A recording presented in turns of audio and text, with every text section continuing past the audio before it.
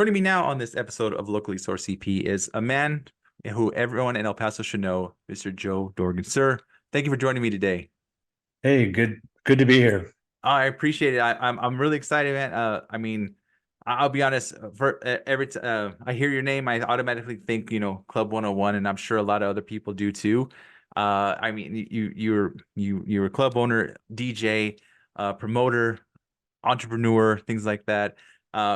I just first and foremost, I just want to ask, how did you get into the DJ music biz and the clubbing business? Uh, well, I was I went to UTEP, so I was supposed to go to another college, but I couldn't get in, so I went to UTEP. My sister told me about this fraternity, so or should I get into the Greek life? So I went to this house party, and it was pretty cool. It was like Animal House, but Oh, nice. they had turntables on the floor, and it was like, hey, you want to put an album on? And then when I joined, me and a friend we were pledge brothers. We were like, let's build a DJ booth. This is crazy.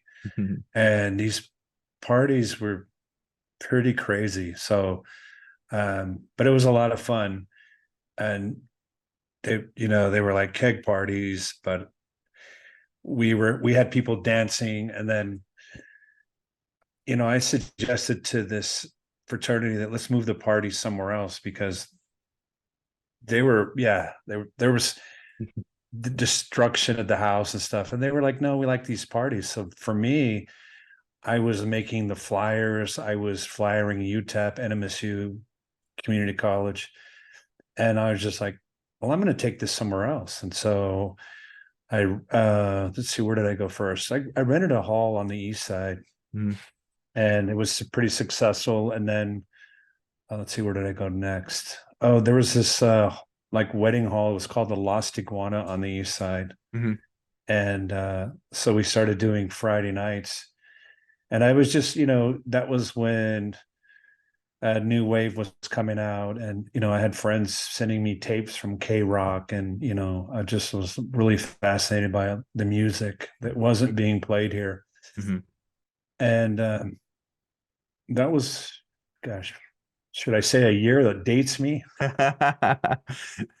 Well, we were having these parties at the Lost Iguana, and the owner's like, "Hey, there's all these cool high school kids. You want to let them in?" I'm like, "Yeah, sure," because I was in college, Mhm. and that was when the Smiths came out, and all these kids were just super cool. That's when I stopped trying to dress cool because these kids were just, man. But it was a lot of fun, and so I was doing Friday nights, and then bands started saying, "Well, can we play here on the other nights?" And I wasn't really involved at the shows, Mhm. but then I was knocking on the door trying to bring national acts. So my very first national act, I got called from William Morris agency about would I be interested in bringing Book of Love. Oh, It was nice. this up and coming band that, I mean, they're pretty famous, but I had 3 days to promote it. So I got the bug to doing shows.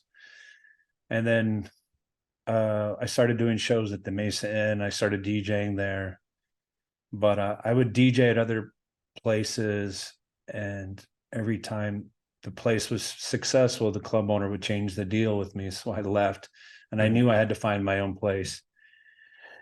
And how I found 101, I just looked in the El Paso Times, and I just went through the warehouse. I always wanted to do a warehouse club. Mhm. And so I'd call and like, hey, I'm interested in renting your building for a club. Click, click. So then I saw this one for 500 San Francisco Street, which is Union Plaza. Mhm. And I'm like, okay, hey, I'd like to rent your building for a wedding hall. Because I thought I'd try a different approach. And I met the owner, and he's like, they had these really cool clubs in Dallas and Deep Ellum. You should have a club. And he allowed me to take that building and turn it into a club. That's how I got started. Yeah. Oh, wow. So that was the one Long in Union story. Plaza? Right. That was all by myself, and people thought I was crazy going down there because the where the warehouse next to it was like falling apart. There was a lot of people sleeping in that building. Hmm. Later, there was a couch fire that they finally had to tear that. There was a lot of people from Juarez or from Mexico getting on the train and going places. So there was, yeah, some people were like, "Why did you pick that area?" But it was pretty cool being by my. Well, we had a built-in crowd from the Mesa end, Yeah. so people followed us. Me, I say us. There was so um, it was great. It was we had the and there was an alley behind 101, which it was owned by a man named Dan Niemeyer, and he had two or three of those buildings, and so he had those alleyways with fences enclosed to protect his property, but turned into a great beer garden for me. And I was doing shows before I was really allowed to. But once the city, like, we started making noise, then the city told us to take those fences down, and it was just like now it's you know. But anyway, yeah, good times. Yeah. I remember going there quite a few times before you move locations there. I remember seeing I got to see it was Blue October and went and oh my gosh, I forgot who the Blue October opened for somebody, and I forgot who they opened for, but I remember because Blue October there was more people there to see a Blue October than there was to see for your Headliner, yeah. yeah, it was really crazy because after Blue October went on, which they put on an amazing show. It was so cool being in because they were like shows like that are so cool because you're like right there. I mean, that's not you're not in this huge venue, but like the artists and they're like right there in front of you, like close, and it's just so cool and intimate. And I kind of wish I kind of miss shows like that here. Oh yeah, I mean, those are the best shows. I mean, Hmm. somebody had told me Blue October, this is a cool band we should bring, and I think we had first time 100 people and 200, and then they played a street festival recently, Hmm. and I love those guys. So I knew the lead singer saw me, Hmm. and and then he pointed me out, and 3,000 people turned around and looked at me. Hey, that's the guy that gave us a start. I love those guys. I'll go to see all their shows, and yeah. Yeah, they were cool. And then like what my the last like kind of I guess say it was still intimate when you were on the airway location. I saw I got to watch you brought in Taking Back Sunday. That Oh that was a cool show too. yeah, that was really close to the original 101. That I love the airway location. It was pretty big, but Hmm. yeah, we got to do a lot of shows there, a lot of DJ shows, and yeah, that was a fun one. That's cool. Do you have any like any favorite memories or favorite stories you like to tell about like any of the any of the locations or the clubs or experiences? There's so many Put you on the spot there. Sorry. yeah, I mean, one of my favorites is, we had and they played for $10. It was a band called White Zombie, and we we had the barricade set up, and one of the musicians said, "Hey, I need some strings," and I told the manager, "Hey, I got to take them to Danny's Music Box. Don't change anything. I'll be right back." So uh, as soon as the doors open, and then we got back, I realized that the barricade had been striking. They take it out, and I asked the manager, "What happened?" He goes, "Well, that guy up there, Rob Zombie, he said that nobody moshes to them, and so we don't need this barricade." So as a fan, I mean, I got all the employees and friends to stand in front because I was just afraid about the club, Hmm. but as a fan, I mean, it was just a lot of energy. I mean, there was some great shows. Everybody talks about the Nine Inch Nails show. I could go on about that. Yeah. um I really enjoyed when No Doubt was just coming up and coming. Everyone swears they were at that show, but Yeah. it was on a Wednesday night, and did shots with Gwen Stefani. That was fun. Yeah. And then go ahead. I saw them when they played here with Bush at at the Coliseum.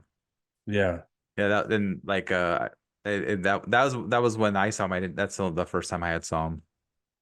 and they're reuniting for Coachella, Yeah. but they played the Pan Am, so took one of the managers because we wanted to say hello, and Gwen was kind of standoffish. She's a big star, so but Mhm. the guys were like, yeah, I remember playing that little place in El Paso, and those two guys from at the drive-in, they took us to Juarez and all this stuff. So yeah, they remember. Oh, that's Uh, cool. That's cool. Yeah. I think it was Jim Ward and Yeah. Cedric. Yeah. So Oh, that's uh, cool. Oh, that's just so cool, just being a part of that music scene, and then yeah, just being having that, especially when lead singer Blue October points you out, and you got 3,000 people turning around to look at you. yeah. We started doing this night at this new 101 called New Metal, and it's bands of the 90s, and it's a phenomenon that's all over the country.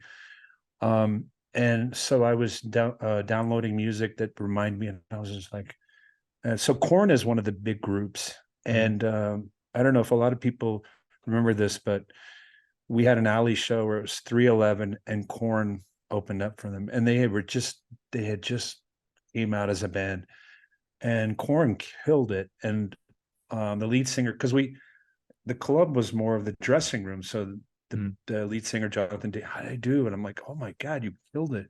And you never know that these bands are going to become huge, and you know they played Woodstock, and so yeah, Yeah. it was a great time.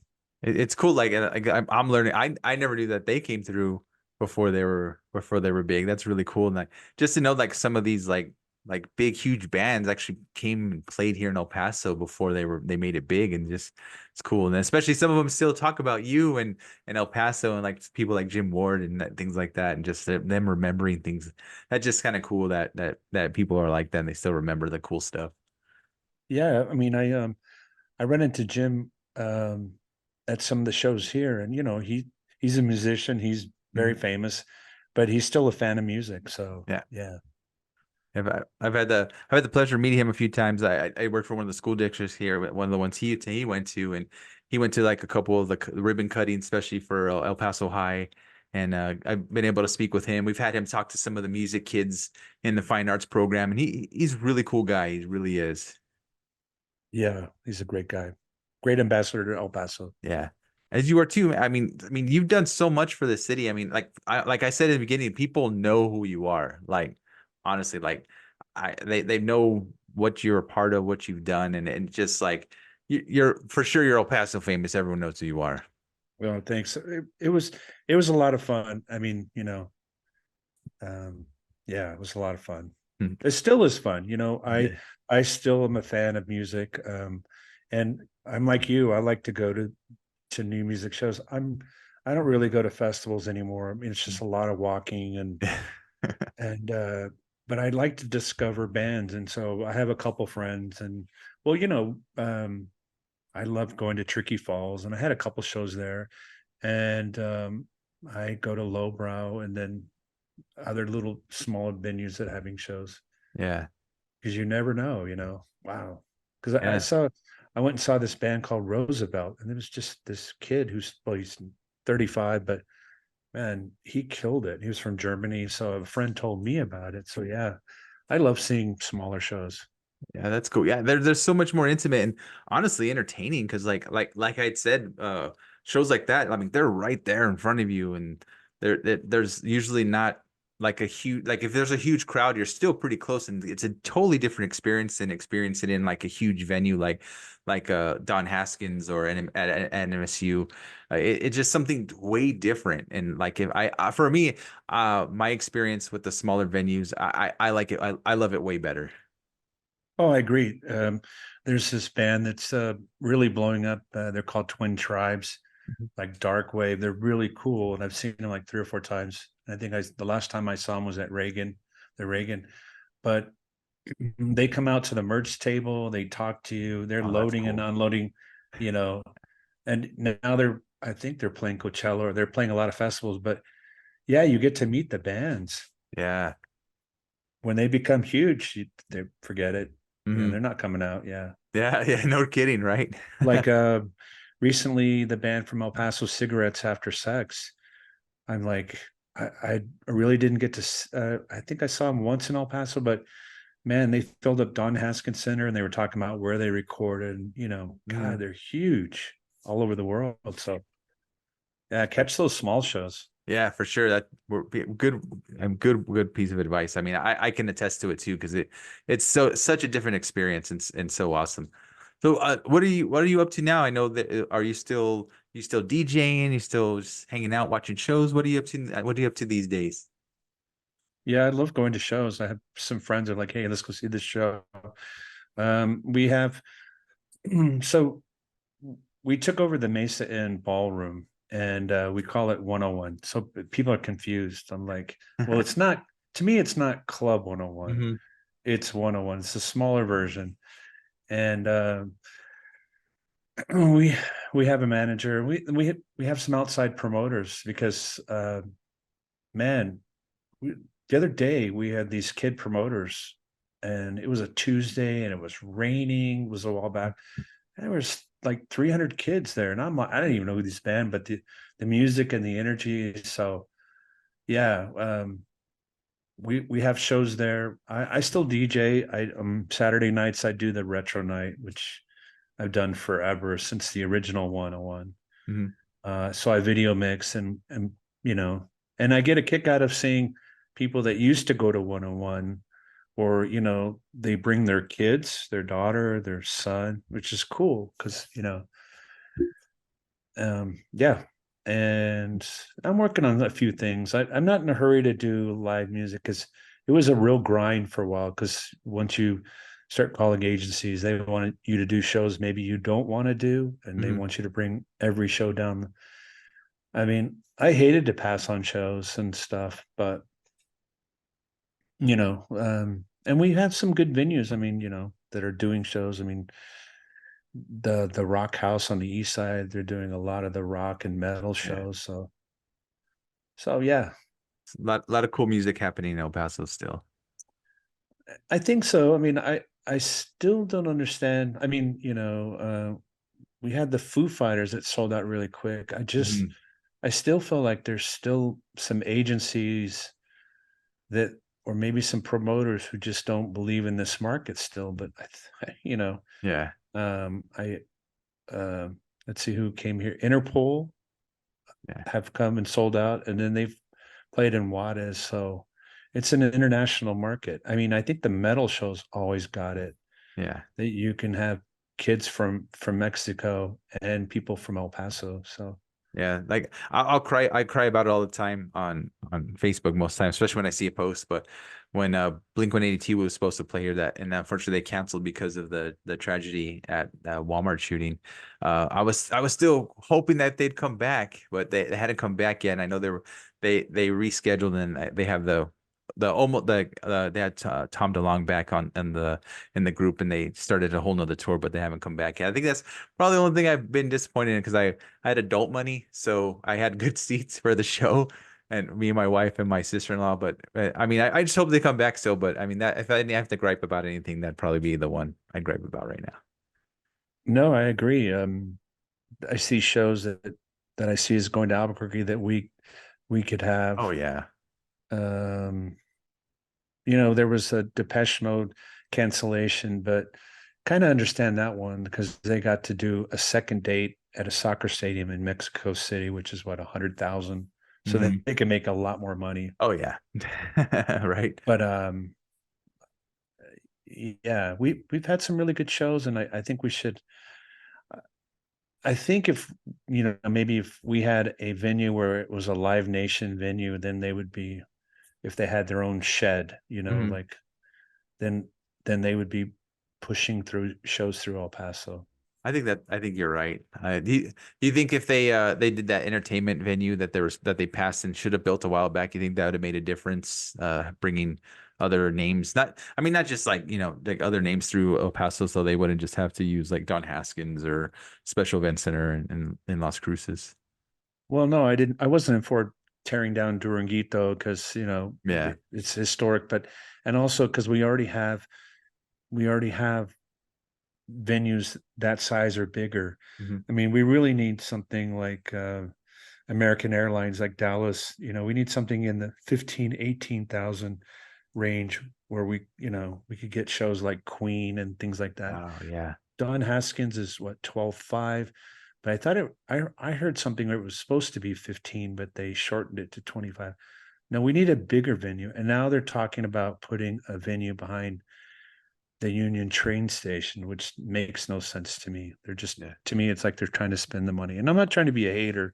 No, yeah. Uh, I think you're right. I think it needs to be thought out more. It needs to be spent right. Like it needs to be done right. yeah. Yeah. So now that Yeah, I feel you. I think so too. I think they're just trying to jump in, just like, oh, we got the money, we got to spend it right away. And it's just like it's like, come on, just do right by us. And I mean, it could be a smart move if they did it right. well, the county. I mean, there was talk about having an amphitheater. I don't know where it is about having a Scarate. I mean, like kind of like the one in Albuquerque, Hmm. because we go up for shows to see that Yeah. outdoor amphitheater, and they have since it's county land, there's no noise restriction, but they could have shows over by 10:30. Yeah. I mean, So there's a big mound of dirt out here in the Northeast, man, that used to be Cohen Stadium too. It's kind of annoying. yeah, I mean, I think they're trying to yeah to I understand, trying to have to you're judged by your downtown and stuff like that, but Mhm. if there's no space to put it or tearing something down, I mean, like I guess it's out of the question for a Sarco, but yeah, why not Northeast? Yeah. Yeah, we're the we're like the redheaded stepchild. I've always like complained like, hey, we always get forgotten about stuff. And it's like it took us how long out here to get a Chick-fil-A? I mean, come on. Yeah, But but it, people have said that, music scenes start with the small. You have to have the small venues, the mm, medium size, and you can't just build a big. I was always amazed, Austin. One time I was out there, and I went to one of the city council meetings, and it's just amazing how they want to be the live music capital of the world, and they really go all out for that, I guess. And so mm, we can't decide what we're going to be, Mexican food capital or this or that. Let's just pick something and go. I agree. But anyway, Yeah, no, that's cool. I think one question I want to ask you before we end today is that if you this out of all the shows you've been, is there one show or one artist that you can say, hey, I'm never gonna forget that, or if especially if they're still around, you need to go see them before they stop touring. Is there an artist that comes to your mind that you either have to go see him or hey, you missed out? that I brought, Yeah, or that or you've seen in general. uh, I think you're the one of the people to ask because you've probably been to so many and seen so many artists. I mean, big and small. I mean, it's just like I'm just wondering if there's one that stands out the most. One maybe one or two of them that stand out the most to you. a band that everybody should go see. Yeah, God dang, there's so many bands. or even like a single artist or someone one man band or something like that. Hmm. God, that's a good question.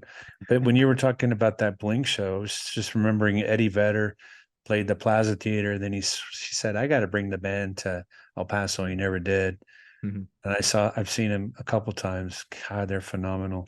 Oh, nice. Um, gosh, you know, you know, go see Blue October. I mean, it's like a religion. I mean, you look around and everybody's singing every single word. I mean, they have touched people's lives. I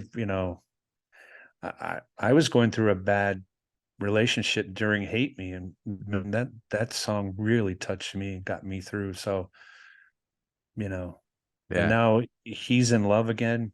I mean, well, anyway, the band's doing great. And he was talking about singing happier songs, but I think they're phenomenal. Yeah. Thank you, Justin. Yeah, Yeah, you're no, right. yeah, and I mean, I guess that's probably one of the one of the best shows I've been to because, like I said, I had that experience at your club at downtown when like they were right there. I think the only thing separating us was uh, like some stools from your bar when we were there. That was basically the barricade between us, and that still didn't stop them. Even their guitarist, that I will always remember it because their guitarist he was playing. and they're on a wireless system. And he got up and walked around the crowd, and I think he even went outside and played a little bit, and then came back in. I'm always gonna remember that show. Wow. Um, um, I went to Albuquerque to see the Deftones. I remember when they played 101 and just loved their music. And there's so many bands. Mm-hmm. Um, got to see a Nine Inch Nails show if you have not seen one. Um, I will travel to go see Depeche Mode, which saw them in San Antonio. It's just amazing seeing everybody dancing and just enjoying themselves. But yeah, Nice.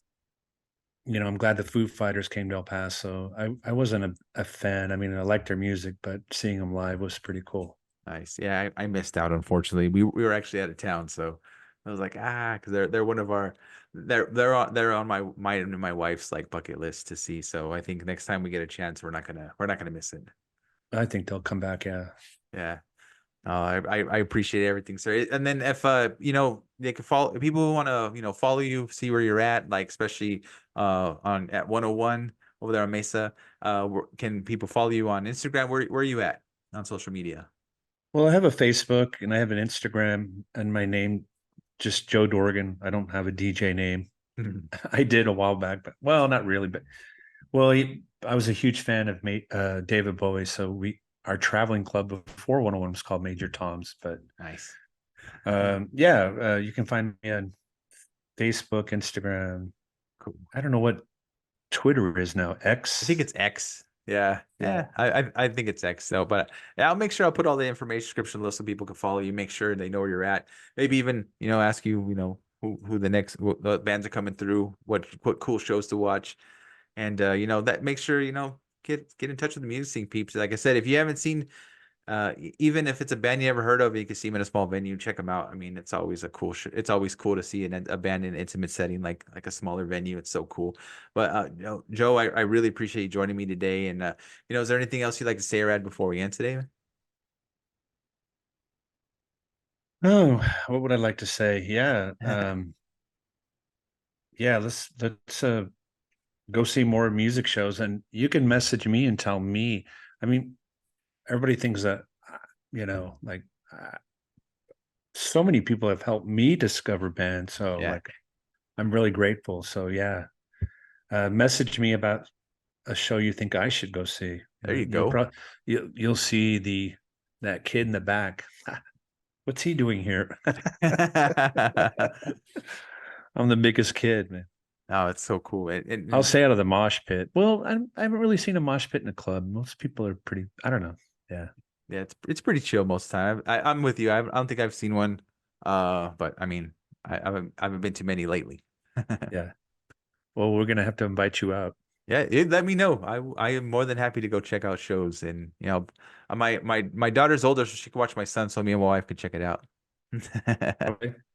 Okay. Joe, I appreciate you joining me today. I mean, I'll make like I said, anyone wants to contact you on any shows that they know of, your contact info is in the description below, and of course, always thank you, sir, and thank you for everything you've done for El Paso, and again, thank you for joining me today.